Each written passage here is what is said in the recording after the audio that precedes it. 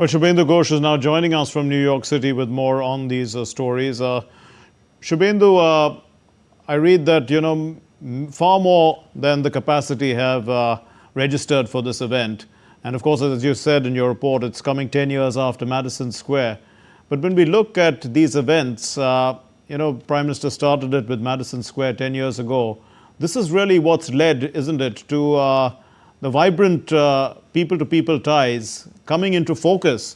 I mean, people have been probably playing a role as the diaspora for the longest time, but really, it's really being recognized now as a far greater role in the relationship, the organized relationship between the two countries. Absolutely, Mark. Organized relationship between the two countries, India and the United States.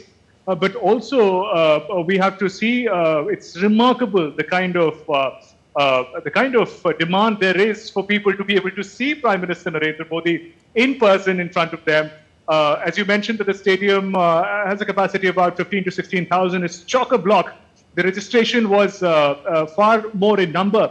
Not everyone could get a chance to be inside the stadium. This mega diaspora event that takes place tomorrow. And Madison Square and now the Nassau Coliseum, it's been 10 years. But this desire to be in the same hall as the Prime Minister, this yearning to be in his company, this opportunity to be able to see him in person, it really has not changed. And that is quite a remarkable aspect of Prime Minister's connect with the Indian diaspora. We saw earlier today the kind of welcome that he received, the energy and enthusiasm with which he was welcomed at Delaware and the engagements there. But this diaspora event at Nassau Stadium, the organizers say it's going to be remarkable in so many ways. And the bond between Prime Minister and the Indian diaspora, they say, is going to be showcased tomorrow. Indeed, and when we look at the Diaspora Connect itself, I mean, it is the living bridge, after all, between India and all the other countries where our diaspora is. Really taking India's message, isn't it, to the world? Indian culture, tradition, art, history, you name it. That, at the end of the day, is the identity of what is Indian. Standing Absolutely. out in a sense. Yes, go ahead. Yes, I mean, when you say living bridge, it really sums up the kind of role that the diaspora plays in today's interconnected world.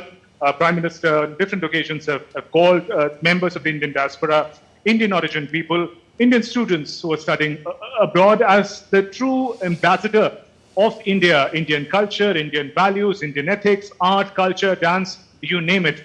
And in that sense, talk about America, because we are in New York and the Indian American diaspora is in focus. They've done remarkably well for themselves through their talent, through their skill, through their hard work. They are one of the most educated sections of population in the United States of America. Their contribution to the economy is significant, disproportionately higher as compared to their percentage population vis-a-vis the American population. They're known for their values. They're known for their closeness to their culture that they bring in. They're very proud of their music, their dance, their colors. And all of those things really make the Indian diaspora distinct. But most importantly, the kind of connect that they established between the two countries as India and America chart their partnership for the decades ahead, Indian diaspora and their role is in focus. Indeed. Let's move on to the other event of the Prime Minister, which is, of course, the Summit of the Future. Now, one looks at the future and thinks of, emerging technologies and AI. But, I mean, the future also is the issues of climate change and survival. To what extent is this kind of looking at the challenges with the available means to try and find the best kind of solution?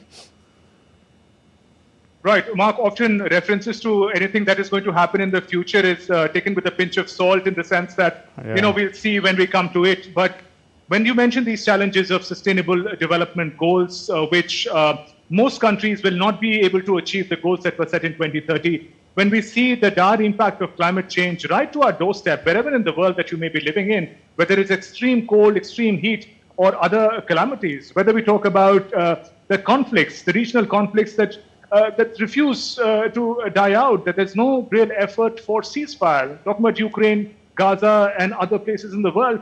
So we see that the current geopolitics really puts the future of the world in a very tricky situation. And this is the time for the world, for the nations to come together, reflect on what was promised, what was achieved, why we couldn't achieve what we couldn't achieve, and what can we do to make sure that the idea of sustainable future does not just remain a theoretical concept, but we indeed are able to give a better world to our generation in so many ways. And Prime Minister Narendra Modi's address at the UN summit is going to be hugely significant, because he's not just going to be presenting India's perspective, but also the concerns and the voice of the global south, which is something that we're all waiting to hear how he articulates that idea, because we know that of all the challenges that I mentioned of sustainable development, shortcomings, climate change, global conflicts, the worst impact is borne by the developing countries, by countries of the global south.